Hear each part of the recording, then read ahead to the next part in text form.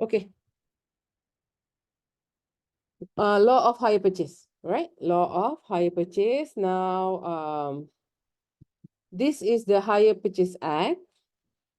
And I shared with students normally the PDF Act, right? If you don't have it, please let me know. I'll make sure that you have a copy. And we'll see this, what is hire purchase. Okay. Hire purchase here, it means that you let hire purchase agreement include a letting of good with an option to purchase. Basically, hire purchase means you hire a goods, like for example, photocopy machine, you hired that photocopy machine. And then at the end of the tenure, you have the opportunity to purchase the machine. So hire purchase agreement, letting of goods, an agreement that contain letting of goods with an option to purchase. Okay, so you pay installment for the goods. For example, again, photocopy machine. You know, if you have a company, you can buy photocopy machine, but normally what people do, they will enter into hire purchase agreement, which means, for example, RICO, right? We call it RICO, right? RICOS. So you use it, and when you have issue, you will call the office and say, wait, I have issue, excuse me, I have issue with this photocopy machine. They will send people to go and fix it, you know. And then if there's no ink, they will send people to fix it, to put whatever you needed, and you pay monthly to the company. So at the end of the tenure, if 2 years or 3 years, okay, when you reach 2 years or 3 years at the end of the tenure, you have the opportunity either to return back the machine or you want to purchase the machine. Okay, once you purchase the machine, you paid everything and you purchased the machine, you took the machine, whatever technicalities, you know, you need to do it by yourself. Okay. So this means, if you refer to section 2, subsection 1 of Hire Purchase Act 1967, it means like letting goods with an option to purchase, right? So you give the goods to the, if you are a company that sign this, you give your goods to one of the person, the company, small company who wants to have your goods, or we call it customer, all right? And then they will pay you monthly. At the end of the day, you ask them, do you want to have the goods or you want to return back? What you want to do? Okay, this is hire purchase. It is through credit, which is the hire purchase through installment. Okay. Hire, we can also say it as the customer or the buyer. Okay.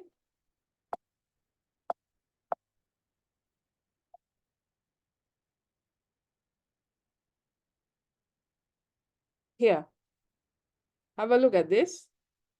All right. This is the owner, and they sign hire goods. They hire the goods to this guy, the hirer or the purchaser. Okay, this is the company, the owner, they hire the goods. So they send the machine to this hirer or purchaser, this handsome guy, right? And this guy will pay monthly. Okay, at the end of the tenure, this guy, the hirer or the purchaser, he has the option to return the goods and terminate the contract, or he buy the goods and complete, you know, upon completion of the tenure, complete the agreement and take the goods. It's up to the hirer or purchaser. Okay, this is hire purchase. All right, it's like rental. Okay, so letting goods. Doctor, Yep. if let's say the guy want to maintain the rental system, he don't want to buy the goods, is it possible? Yeah, they can sign another agreement, no problem, no issue. Because at the end of the contract, the guy has the choice.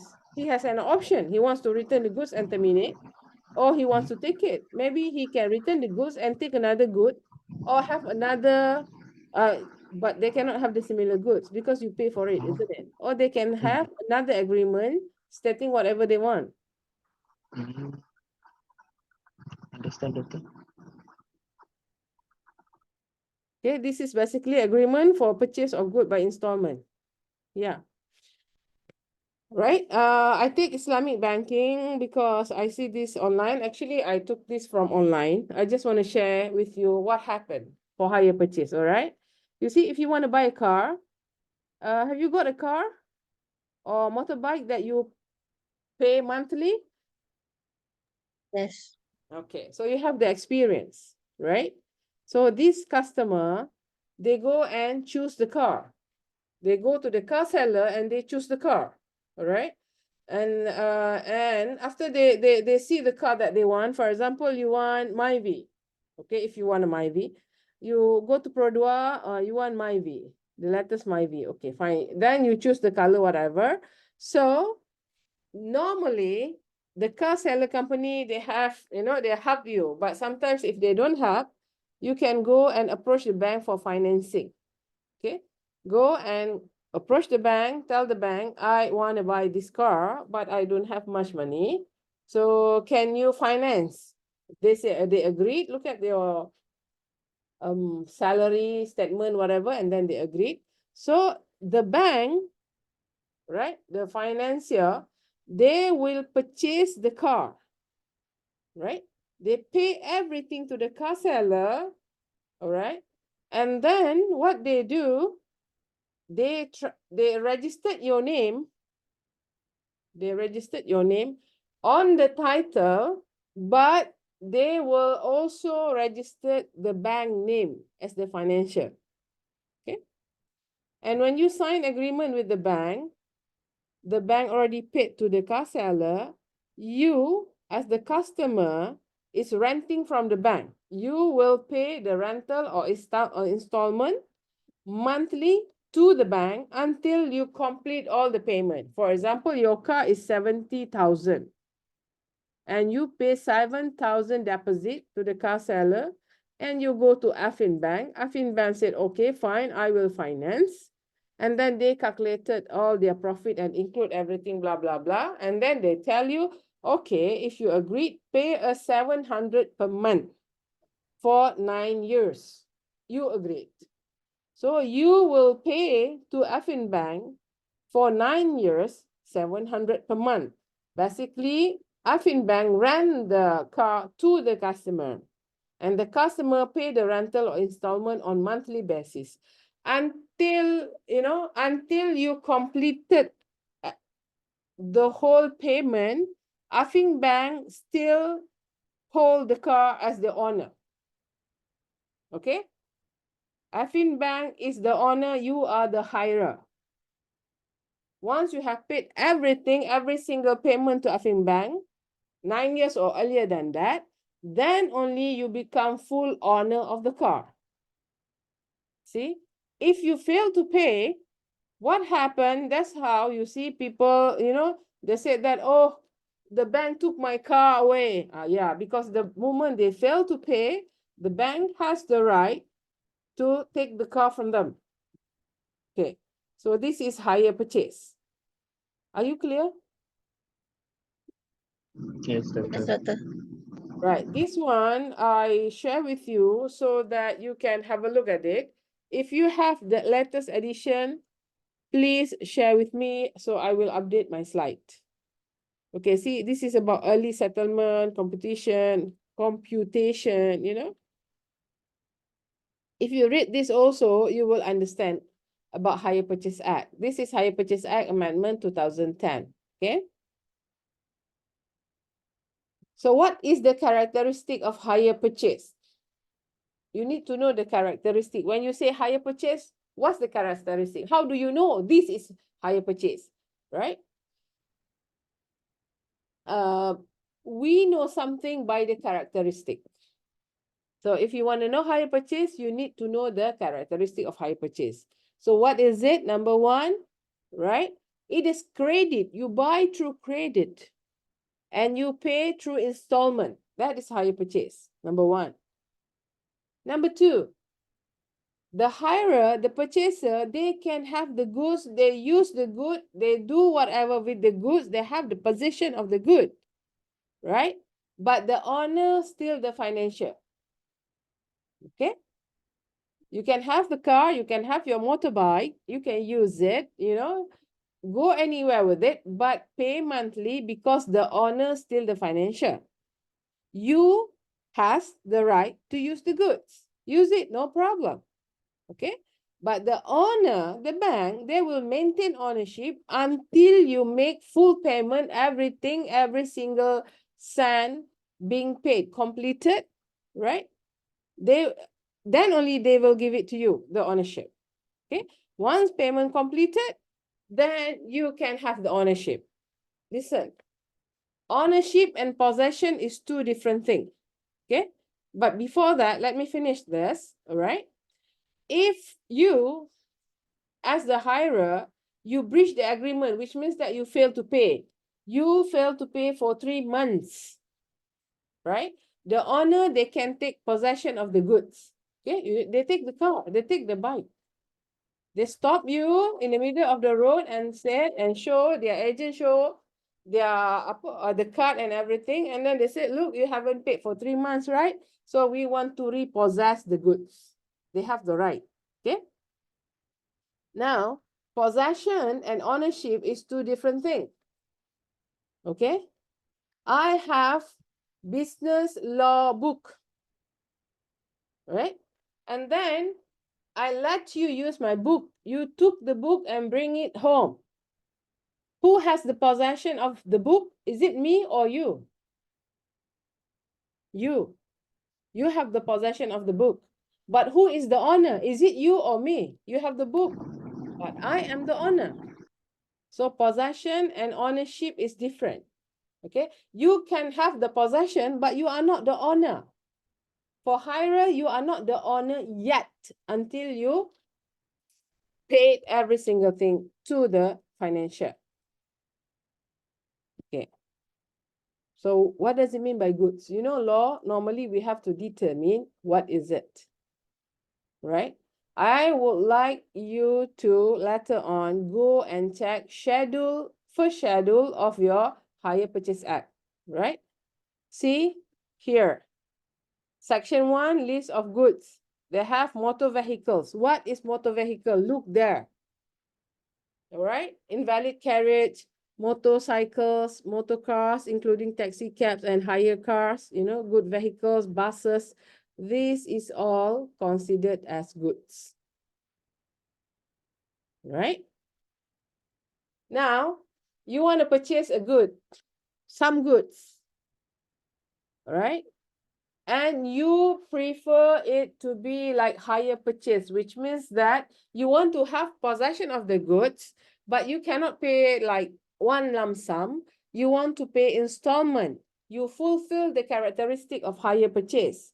But the good is not listed here in the act. Okay? The good is not listed in the list of the schedule, in the schedule here. It's not here. Can you use this act to purchase the goods? If both parties agree, then yes, you can. Okay? You can use the rules under Hire Purchase Act. No problem. Okay? If you do not agree, the good is not in the list, what can you do? Because you see, every single transaction has law govern the transaction. You go and buy things. It's either under contract or sale or purchase. Hire purchase or sales of goods act. You go to the supermarket, remember Contract Act? Okay, it's under Contract Act. You use the road, it's under Road Act. It's under tort. It's under, every single transaction that we have, there is a law that governs the transaction. So now if you want to buy goods, which is not within the list here, okay, and both party doesn't want to use hire purchase, then which law will govern you? So you will follow common law principle, right? You know why common law? Because it is said that the purchase of goods other than whatever mentioned in the list is controlled by common law. Do you remember what is common law? Okay.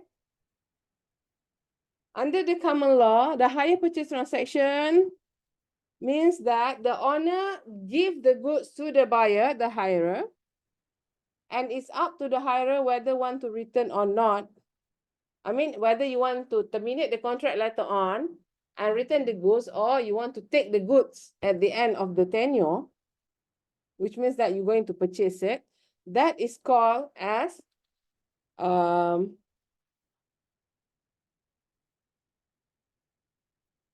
hire purchase transaction. Okay. We have one case. In this case, basically, they have a hire purchase transaction, but later on, you know, the hirer, they sue the financier. They said that, look, this is not hire purchase. Okay, this is not hire purchase. I just want to off my handphone. Sorry. All right, and then they want to sue the financier and ask for damages. We will see what happened. Okay, they buy tractor. This is appellant and respondent. Okay, the goods are a tractor. Okay, so what appellant did, hire a tractor to respondent, which means that the respondent is the buyer. Respondent bought a tractor from the appellant. Respondent pay deposit, but respondent failed to pay installment. You know, when a hire failed to pay installment, the owner can take possession of the goods. So in this case, what the appellant did, the appellant sent letter and then they took possession of the goods, which is the tractor. The moment the owner took the tractor, the hirer paid every single payment, everything, they paid everything, right? And then they again default, okay? Everything here means the failed payment. For example, in this case, the respondent failed to pay a few months of the monthly payment of the tractor, okay? And then the owner took the tractor from the hirer and then asked the hirer, pay the due sum. Whatever due sum you haven't paid. So they paid. After they paid the due sum, so the owner released the tractor again to the respondent, right? After they got the tractor, again, they failed to pay the monthly payment. So at this moment, this time, the owner said, look, we want you to pay every single cent. So the hirer pay every single cent. They paid the amount, the price of the tractor, the interest, the cost, damages, everything they paid to the hirer. Okay, they paid everything, single thing, right? Nothing, I mean, no debts at all. After they paid everything, the hirer transferred the ownership of the tractor to the, the owner transferred the ownership of the tractor to the hirer. So now appellant give the tractor to the respondent together with the ownership. Once the respondent got the ownership, the respondent sued the appellant. Okay? The respondent in their paperwork to the court, they claim that the transaction that they entered was not hire purchase. It is sale of goods. So they go to the judge and say that, look, judge, this is not hire purchase. This is sale of good, you know? And now this guy, they took possession. They repossessed. This is against the law. They shouldn't be doing this. They should pay us damages. So now in this case, what was the issue? The issue was whether the transaction is a hire purchase transaction or not. That was the issue. And the court held that it is clear, okay? Under hire purchase, it is the characteristic of hire purchase is this. You pay installment, the owner will maintain ownership. Once you paid everything, then only you got ownership. This is hire purchase, right? So from the transaction, from the case that they presented before the court, it is clear that the ownership will not be given until full payment is made, right? And then they pay installment. And after they paid everything, the owner transferred the ownership to them, right? So the court said that, look, this is hire purchase, not sale of goods act. And under hire purchase, the owner are given rights by the law to repossess the goods. In this case, it's a tractor. Repossess the tractor if the hire fail to pay, which is breach of the agreement or hire purchase. Okay. So the court said that, look, guys, this is not sale of good. This is hire purchase. We look at your case and we found that it fulfilled the characteristic of hire purchase. What are the characteristics? You pay installment, owner maintain the ownership will given after fulfill the whole payment. You know, the characteristic has been fulfilled. So this is not sales of good. This is hire purchase. And the owner has the right to repossess the tractor. So now please go. We will not give you your claim. So they are fighting. Why? Because they said that this is not hire purchase. It is sale of good. And the court did not agree with them. Muhammad Supardi. Doctor, Yep. why they need to pay for the damage? Because they failed. And there are certain damages that they need to pay. That's what the owner claimed. And they paid for that. Okay. You look here, right? You read from here, right?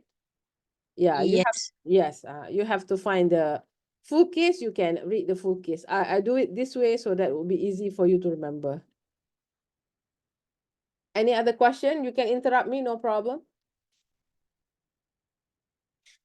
Okay, shall I continue? We go for, Yes, doctor. right, thank you. We go for Muhammad Supardi and Public Finance Berhad. You know why we read this case? Because in this case, we just want to prove that the owner or the creditor, they can repossess the car if the debtor or the hirer or the purchaser fail to pay or default. The moment the hirer or purchaser defaulted, the owner, which we also call them creditor, has the right to repossess the car. You know, in this case, what happened was a finance company, you know, they finance the car. They gave Supardi money. They bought the car and then Supardi paid to them. So basically, they are the owner of the car. Or we call them, in this case, creditor. Okay? So, this guy purchased the car and this guy is supposed to pay monthly to the company, finance company. However, he defaulted, right? And the creditor could not repossess the car even though they tried many times, right? So they go to court. They need a judgment to say that they have the right to repossess the car if the hirer, or in this case we call debtor, defaulted, all right? And the court agree with them, and the court said that yes, the creditor can repossess the car due to the default of the debtor, okay? They need this order to go and then repossess the car from the hirer, okay? And why we read this? Because this case says that yes, the owner has the right to repossess the car. If you want to answer a question in your final examination about repossession, you can quote, you can refer to this case in which the judgment say, yes, owner or creditor has the right to repossess the car if the hirer, purchaser, or debtor fail to pay monthly payment or defaulted. Okay? This is the case of Bridge and Campbell. Look here. Right? In this case, it explains who is the dealer. The dealer purchased the car by cash and the dealer sold the car to the finance house, which means like just now we refer to the bank, right? So this finance house, they will hire, the word is hire, to the hirer or purchaser, we call them, okay? So this hirer has the right at the end of the tenure, for example, 7 months or 9 months, you know, they has the right or we call it option to purchase. It's up to them, right? Once they have repaid every single payment, they has the option to purchase for nominal value of the goods. Right. This is the end of part 1. Okay. You know, this is in Tamil. Maybe one of our Tamil friend can say it in Tamil after this.